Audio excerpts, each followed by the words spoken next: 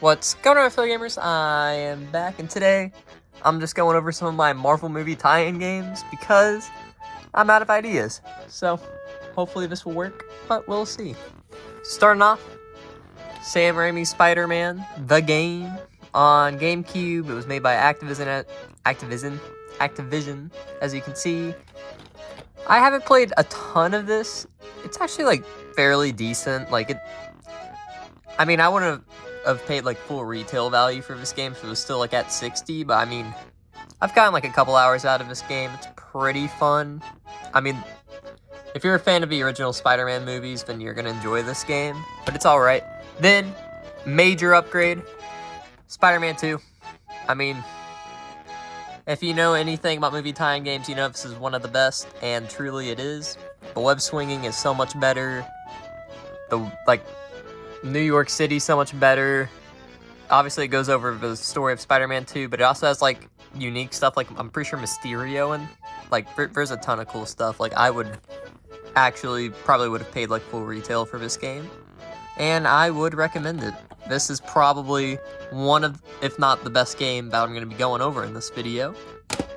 Then, Spider-Man 3. This game gets, I wouldn't say hate, but, like, it's not looked upon as fondly as Spider-Man 2, but, like, it has the same engine, same gameplay, same, like, overall world. It's just based off of a movie that people say are, like, in quotations, worse. But, I mean, if you like Spider-Man 2, you're gonna like Spider-Man 3, I can tell you that right now. It's kind of just more of Spider-Man 2, just based off the third movie, which is personally my favorite in the trilogy. I know it's subjectively not the best, but it's just a fun movie, and sometimes that's all that you really want from a movie. But same thing for the game, would recommend. Then we get into the X-Men games. Wolverine's Revenge. This is just like a beat-em-up game with Wolverine, which I mean, but those two just go hand in hand, and since Insomniac just can't make that Wolverine game to save their lives, I'd say this is a fairly decent holdover. I haven't played a ton of this game. I've probably played through like an hour or two. But, I mean, it's pretty fun. I'd recommend it if you're an X-Men fan.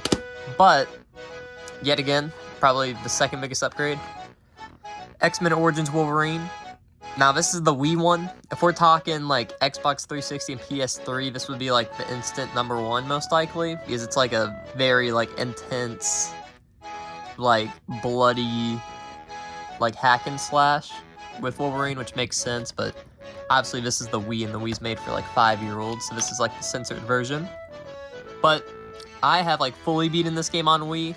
It is actually, like, a really good time. This is the only game out of all these that I've actually, like, fully went through and beaten.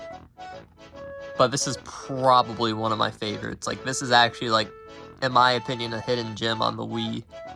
He's like, I don't even like X-Men, like, Origins Wolverine very much, but this game is pretty good. Like, Hugh Jackman's voicing Wolverine and everything. Like, it's, you can, like, upgrade your abilities, so you can, like, become stronger, have a better healing factor and stuff. The only thing that I don't like are, like, the little quick time events with motion controls. Those things are rough. But besides from that, great game. I would actually really highly recommend this. Then, we get to the MCU games. Surprisingly, there are some made by Sega. I know I mentioned them in my LEGO Marvel Avengers video, but first, we got Iron Man.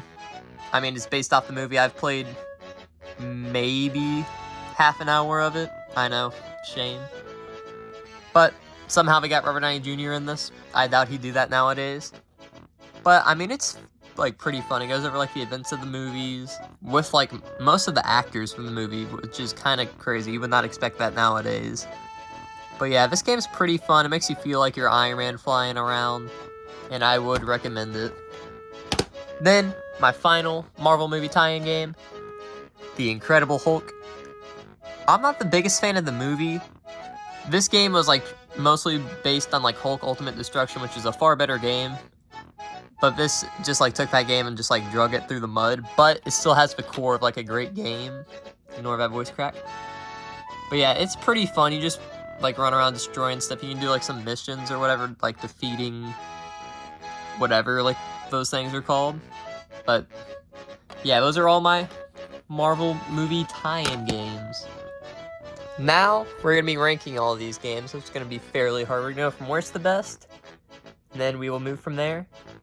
So, ooh, this is tricky off the bat. I'm gonna go with Spider-Man 1 in last place, which is kind of sad, but it's the web swinging is clunky, and that's, I mean, pretty much all that you want from a Spider-Man game. Then, after that, probably X2 Wolverine's Revenge. This game's, like, pretty fun, but it could have been a lot better. It's definitely improved upon with later games. Then, next, I'd go The Incredible Hulk. I mean, it's still fun, it's just kind of not easy on the eyes.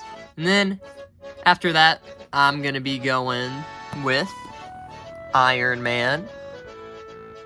And then, after that, I'm gonna go probably Spider-Man 3 for the Wii. Pretty fun. Then, X-Men Origins Wolverine. And last but certainly not least, Spider-Man 2. So yeah, this is my whole list, but the true number one, Lego Marvel Avengers. Enough said.